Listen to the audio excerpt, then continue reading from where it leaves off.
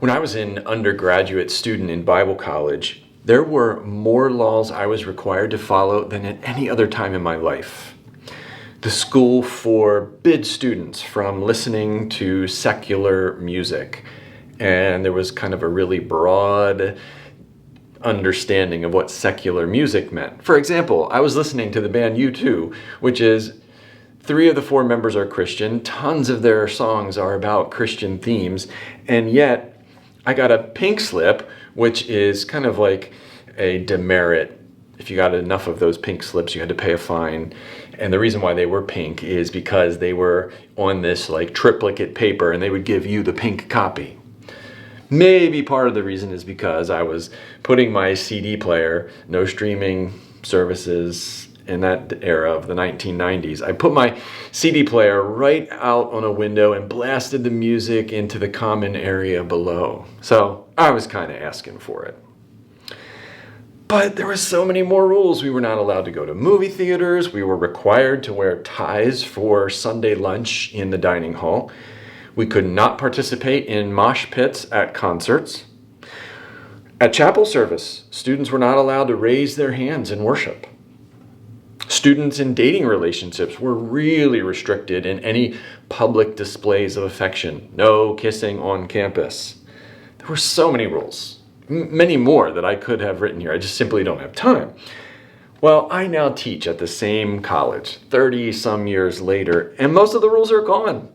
In fact, what's so interesting is to talk to my parents because they went to the same college in the 1960s, and they had even more rules than I had when I was a student. So the college is clearly on a trajectory of letting its hair down. And not just figuratively, as during my era in the 1990s, males were not allowed to have their hair below their collar. Well, now there's absolutely no restriction about hair length. As I think back into the 1990s and being a student on campus, just about all the students had disagreements with some of the rules. But we also knew there were schools across the country that were even far more prohibitive than ours. We heard of a school in Florida, for example, that had separate sidewalks for male and female students to walk on. So if this is starting to sound like the fictional world of The Handmaid's Tale, in some ways it's similar, but in many ways it's not even close. Most students got to a point of kind of making their peace with the rules, and life on campus actually really was great. Now, my dad was also a professor there when I was a student. He taught the New Testament epistles, and when we got to places in the epistles that included rule codes of a sort, my dad would start to talk about the college's student handbook and said that the college really ought to just get rid of the student handbook and allow students to follow the teaching in the Bible. But that's the New Testament. What about all those rules from the Old Testament? Now, in our study through Exodus, we've already looked at each of the 10 commandments. God, as he continues in Exodus chapters 21 through 30, has a host of laws for Moses to give to the people. And some of them are really specific. There are way more laws in what we're going to read, what is called the Mosaic Law, than were in my Bible college's student handbook. Must Christians follow all these laws? The answer is no. We've already studied weeks ago the difference between the Old Covenant, this Mosaic Law, and the New Covenant. The Old Covenant was God's treaty with Israel, that ancient nation. Israel would go on to break the covenant through disobedience and rebellion, and so God entered into a new covenant with the church, mediated through the death and resurrection of Jesus. Jesus talks about this at the Last Supper when he says, and he holds up the cup and said, "This is my blood of the new covenant." And the writer of Hebrews will go on to explain it very clearly in Hebrews chapters 8 and 9. Through Jesus' death and resurrection, we, the church, enter into a new covenant. That means you and I are not bound by the terms of the old covenant. We're bound to the terms of the new covenant. But that doesn't mean we can't learn anything from the Old Testament. In fact, we can learn something vital from every single one of the Old Testament laws. We can learn God's heart. So as we continue our study through Exodus, today we're going to look at 3 chapters, Exodus 21, 22, and 23. And we're going to see what we can learn about God's heart. We'll find that there's much we can apply to our lives today. But immediately as we open Exodus chapter 21, we are smacked in the face with controversy because in Exodus 21 verse 2, the law refers to the purchase of a Hebrew servant. Is this slavery? Now, the word here can be translated slave or servant, a dependent, a subordinate. It really depends on the context. In Exodus 21 verse 2, the law refers to Hebrews purchasing other Hebrews for the purpose of working. That word that says they will serve you is very picturesque. It's the idea of working the ground, tilling a field. And so we have to admit, this is kind of reminiscent of slavery, isn't it? People who are purchased to work the ground for others. And yet, there is more to the situation than what you and I, if you are an American Christian, think of when we think of slavery. In our minds, we think of the horrid racialized slavery in our nation's past. Well, this Old Testament slavery is different because it's not racially motivated. Hebrew people are purchasing their own people to do work. No doubt that word purchase and people is slavery. And we disagree with that, but we do need to see how it's different. Secondly, Old Testament is slavery here, God says, is to be different because it is not lifelong. In the 7th year, they're to be released freely with no debt to pay. And that's important because debt slavery has existed around the world for a long time. It's a form of slavery in which the slave is almost never able to pay off the debt for the rest of their lives because the debt holder makes it almost impossible to do so. God clearly wants his people to avoid debt slavery, that kind of bondage. Interesting, as we continue, verse 4 declares that if the slave's master gives the slave a wife and the wife bears children, both the woman and the children still belong to the master, and they're not allowed to go free after 7 years. To me, I cringe when I hear that part of the law. I believe that marriage and parental bonds supersede a master's ownership claim. The woman and the children should go free. Now, yes, we could even go back further and say, why are you even saying slavery is okay? I'm not. We'll talk about that in just a minute. But as we continue, in verses 5 and 6, the Lord seems aware that breaking up a family is not good, and so he creates a provision for keeping the family together. The man can declare before judges and before God that he doesn't want to go free. He'd rather stay with his wife and children. His master will then pierce his ear, and the servant is symbolically thus declaring he is his master's servant for life.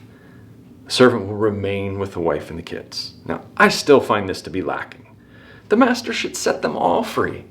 There should be no slavery, period. But we continue on. The law directs its attention now to women. What about women slaves? The Hebrew word here is sometimes translated as maid, sometimes as concubine. Now remember, God's original intent was that a husband and a wife would become one flesh. That would negate the practice of concubines. So it seems unlikely, in my opinion at least, that God is allowing masters to have some sort of freedom to use their female servants as concubines. But God goes on to give Moses what appears to be another troubling aspect to this law. He says the female servants are not allowed to go free after 7 years. Why the difference between males and females? It's hard to know. But then God moves on to a more positive law. If a female servant displeases her master, she must be redeemed, he said, and not to foreigners. So while we are right to question a law disallowing women to be freed after 7 years, we do see God's heart in caring for women who displease their masters. We should also see his heart when God refers to what should happen if the master gives a woman servant in marriage to a son. He says she should be given the full rights of a daughter, even if the son marries another woman. And if the master does not provide for the woman, then she is to go free. As I survey these laws about slavery, it's painful. There are some pros. I mentioned some good things that we heard, but they're all within the context of a big, fat, negative slavery. Now, we need to be clear. We are reading a document that is about 3,000 years old. It's a totally different culture from our own. If we compare this Mosaic law to other law codes from that time and era, what we will find is that it is extremely different. Yeah, there's the mention of slavery, and that's hard. It doesn't seem right, and we can declare it is not right. People should never be slaves. But we also see God's heart for freedom and justice. And we're going to take a look about that a lot more in the next few chapters. But we can declare that there is a difference in the new covenant. I personally don't understand why God ever allowed there to be slavery in the old covenant. I'm glad it's different from the kind of slavery that we're used to in our American past.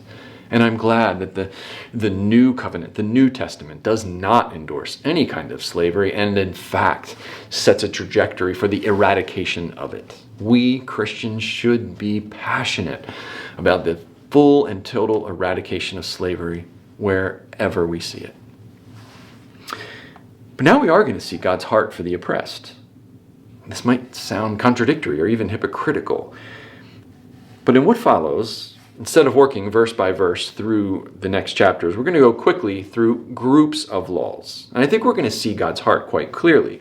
First, there are numerous laws that are so serious in God's eyes that he requires they be met with capital punishment.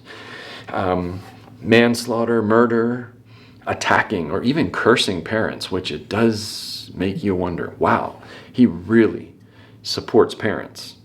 Kidnapping, all of these qualify for the death penalty. Being a sorceress, bestiality, sacrificing to false gods, those who take advantage of widows and orphans.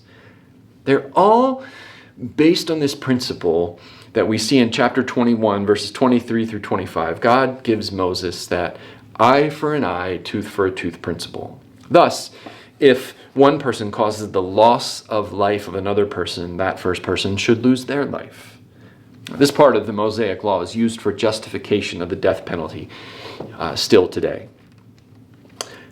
But from a Christian perspective, we can look at this and think there are many concerns about the idea of a death penalty. We Christians, in my view, ought to advocate for the eradication of the death penalty. Instead, we should be pro-life from a holistic perspective, not just for the unborn. We should seek to minister to those who have life sentences, not eliminate them. So why does God in the Mosaic law have the death penalty at all? Again, we're in a tricky situation. Slavery, death penalty, this is a tough one. And not just death penalty for those who committed a crime of murder, he has it for many other sins. Almost certainly it seems that God is doing this based on the principle of his holiness. He desperately wants his people to be holy. He says that in chapter 22, verse 31. And I get that, and yet I don't find that rationale to be totally satisfying. I am glad that the death penalty is gone from the new covenant.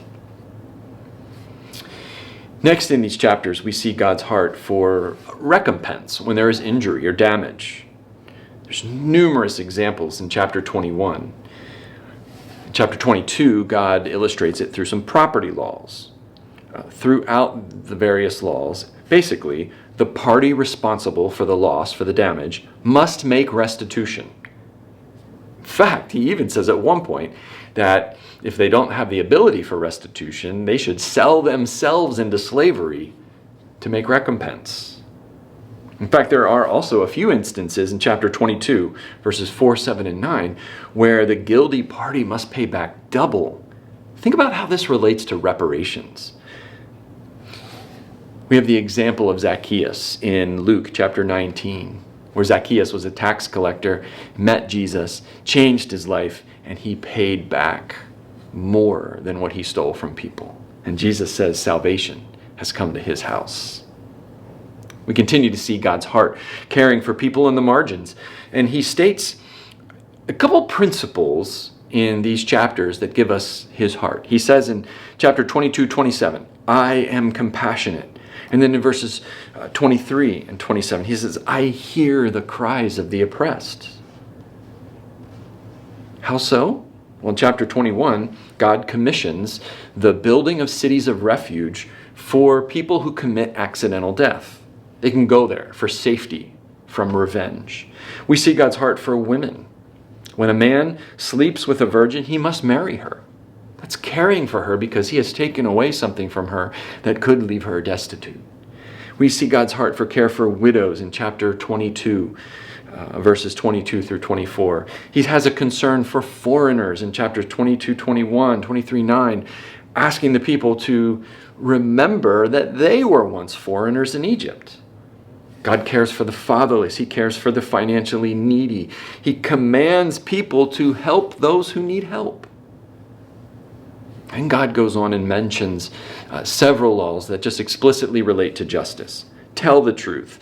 Don't go with the crowd if they're doing something wrong. Don't show favoritism to the poor, and don't show it against them. Don't accept bribes. Don't curse the ruler of your people.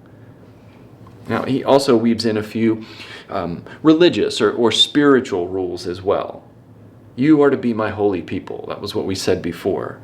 So therefore, don't blaspheme God. Don't hold back offerings, including your firstborn sons and animals. Now, that doesn't mean sacrificing sons. It means God wanted firstborn to be consecrated to serve him. So lots of laws.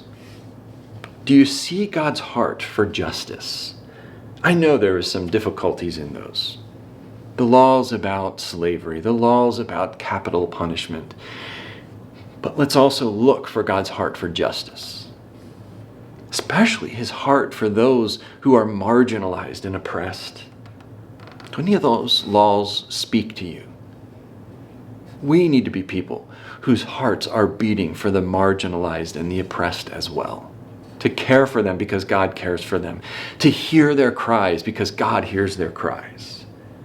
And so I want to ask in conclusion, how are you living in such a way that your life is in line with God's heart for the oppressed and the marginalized?